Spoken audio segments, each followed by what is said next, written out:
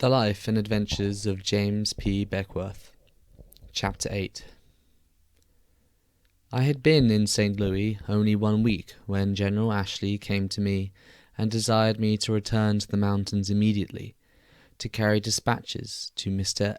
W. L. Sublett, captain of the trappers, and offering me the magnificent sum of $1,000 for the trip. I consented to go. La Roche and Pelot were to accompany me.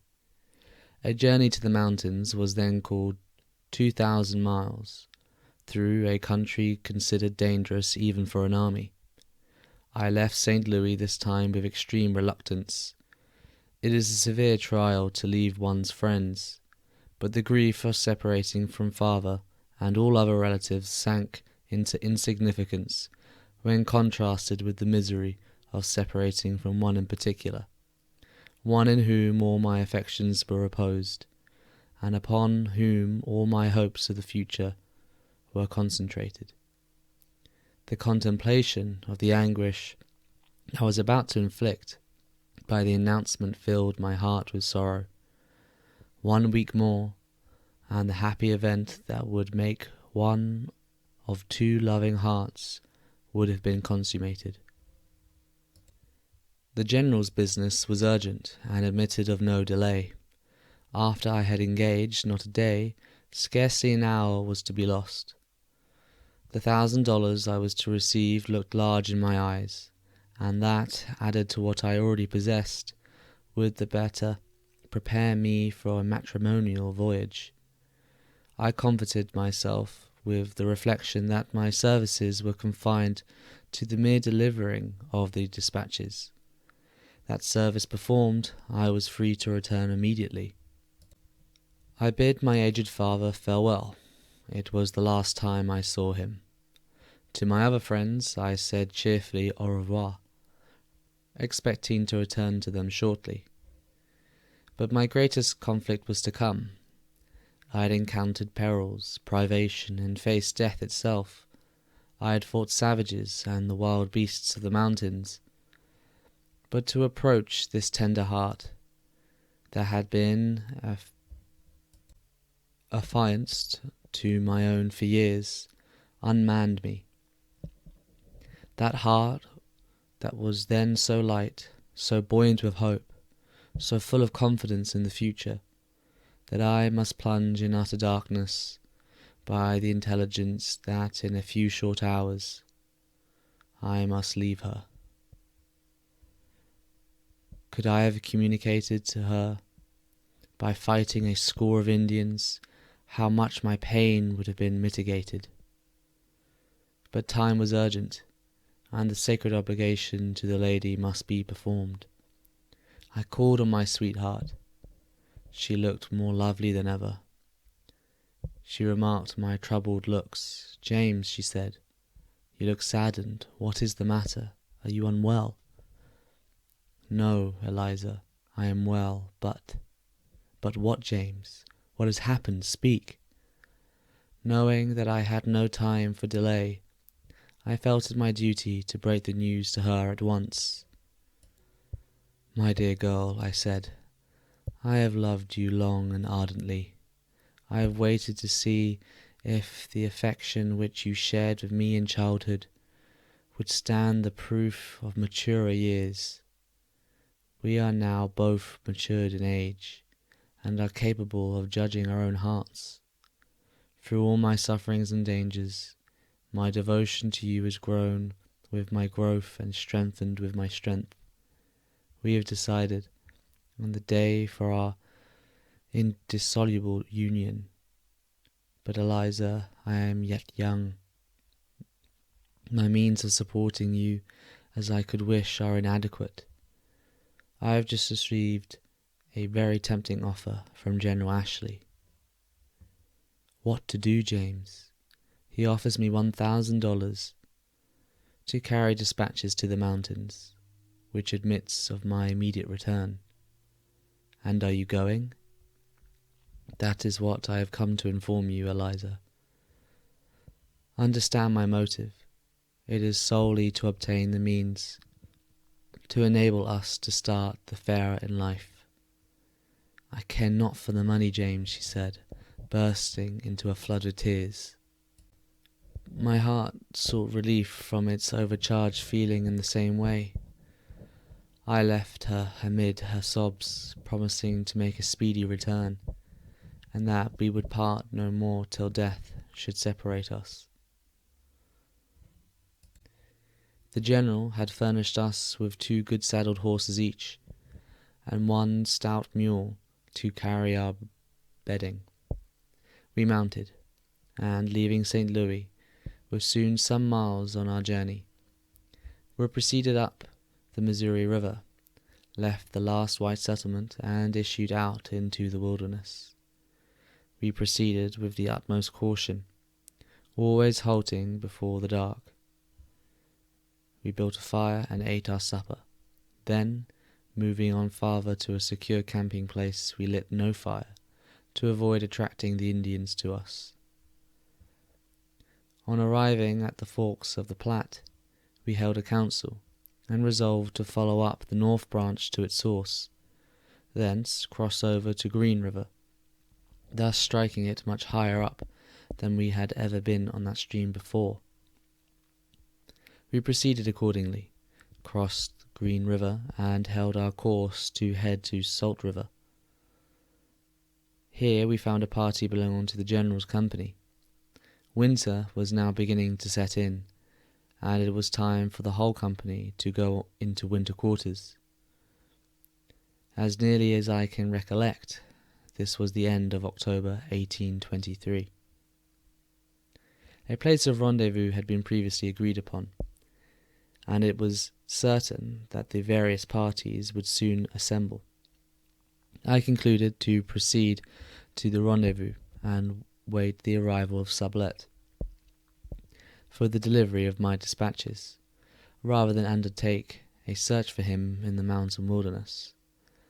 I and my companions, therefore, continued with the party until we reached the rendezvous. The parties, one after the other, came slowly in, and Sublette's was the last to arrive. It was now too late for me to return, and I had no alternative but to wait until spring. Our present rendezvous was in Cache Valley, but Sublette gave orders for all to remove to Salt Lake, which was but a few miles distant, and then go into winter quarters. We accordingly moved to the mouth of Weaver's Fork, and established ourselves there. When all were collected together for the winter, our community numbered from 600 to 700 souls, from 200 to 300 consisting of women and children, all strong and healthy as bears, and all having experienced very good success.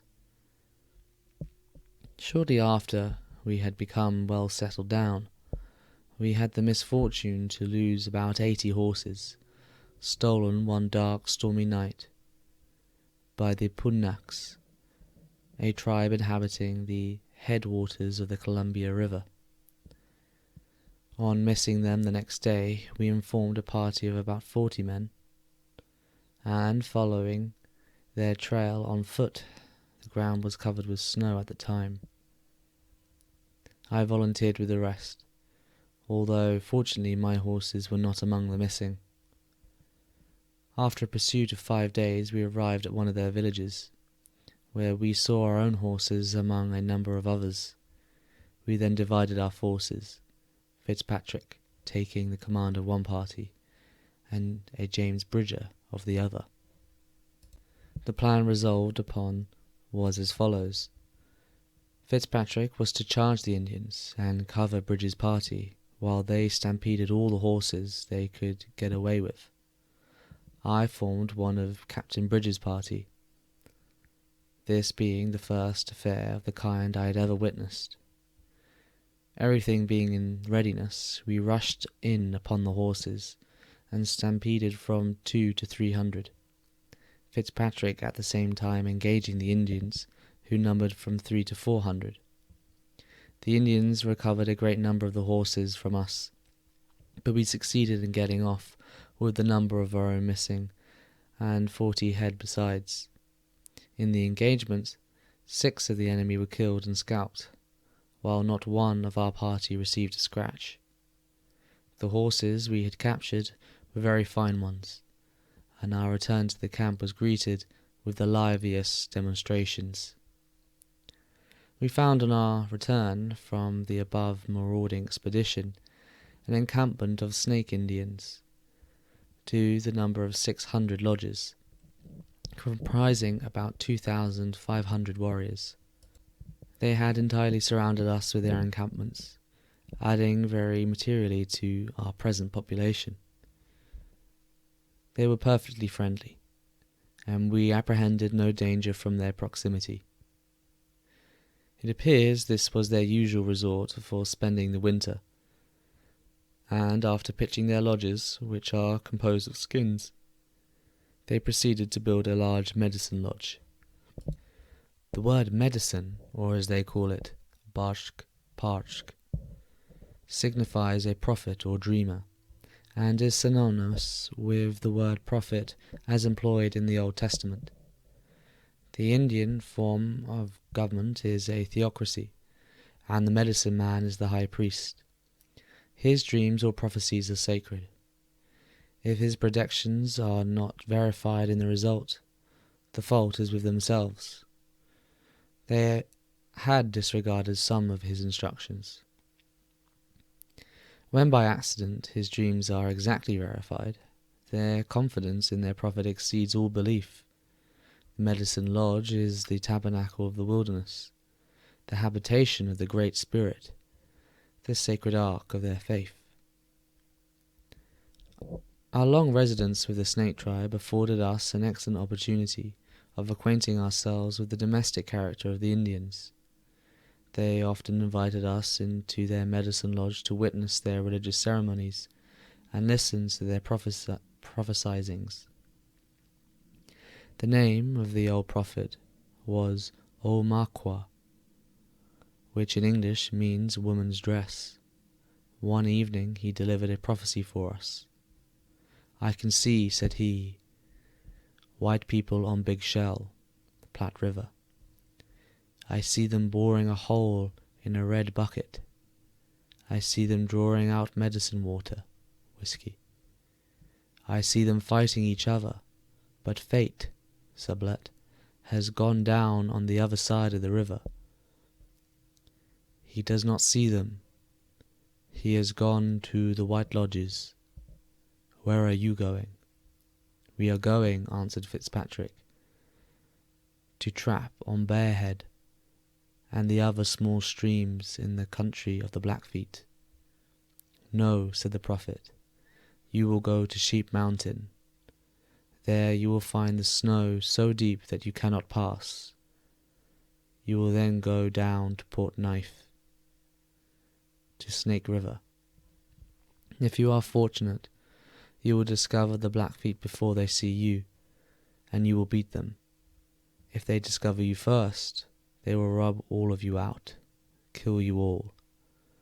Bad hand, Fitzpatrick. I tell you there is blood in your path, this grass. If you beat the Blackfeet, you will retrace your steps and go to Bear River, whose waters you will follow until you come to Sage River. There you will meet 2 white men who will give you news."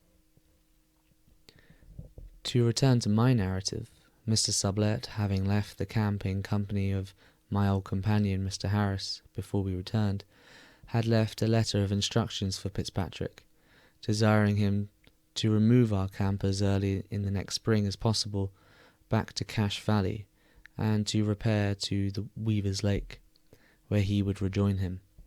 Sublet and Harris had parted for St. Louis, which they reached in safety after a journey in midwinter. We spent the winter very comfortably, and at the beginning of spring we all moved, whites and Indians, back to Cache Valley. Soon after we arrived, we commenced digging caches to secure 75 packs of beaver skins in the possession of our party. While digging a cache in the bank, the earth caved in, killing 2 of our party who were Canadians. The Indians claimed the privilege of burying them, which ceremony they performed by hoisting them up in trees. This has ever been the method of disposing of the dead with the most, if not all, of the Rocky Mountain tribes. The body is securely wrapped in blankets and ropes fastened with thongs, in which are enclosed in the war implements, pipes and tobacco of the deceased. If he had been a warrior, his war horse is killed and buried together with his saddle and other implements at the foot of the same tree. One more accident occurred, which at first occasioned us considerable alarm before we quitted Cache Valley on our excursion. One of our men was out hunting, and coming across an antelope, as he supposed, fired at the animal's head and killed it. On going to cut the animal's throat, to his surprise he found he had killed one of the Snake Indians, who had put on a disguise to decoy the antelopes near him. This was an accident that we deeply lamented, as the snakes were very friendly towards us. Before the Indians discovered the accident, we held a council, and resolved to make a precipitate retreat, as we felt very distrustful of the consequences. While we were preparing to start, the chief came to us, and was greatly surprised at our sudden departure, especially as we had given him no previous notice. We excused ourselves by saying we were going to engage in hunting and trapping. He then asked what ailed us, saying we all looked terrified, and wished to know what had happened. Fitzpatrick at length told him what had taken place, and how it came to pass. "Oh," said the chief, "if that is what you are alarmed at, take off your packs and stay. The Indian was a fool to use a decoy when he knew the antelope came into the sage every day, and that the white men shoot all they see." He then made a speech to his warriors, telling them what had happened, and ordered some of his men to bring in the dead Indian. Then, turning to us, he said, "You and the snakes are brothers. We are all friends. We cannot at all times guard against accident. You lost 2 of your warriors in the bank, and the snakes have lost just 1. Give me some red cloth to wrap up the body. We will bury the fallen brave." We gave the chief a scarlet blanket, as he had desired, and all was well again.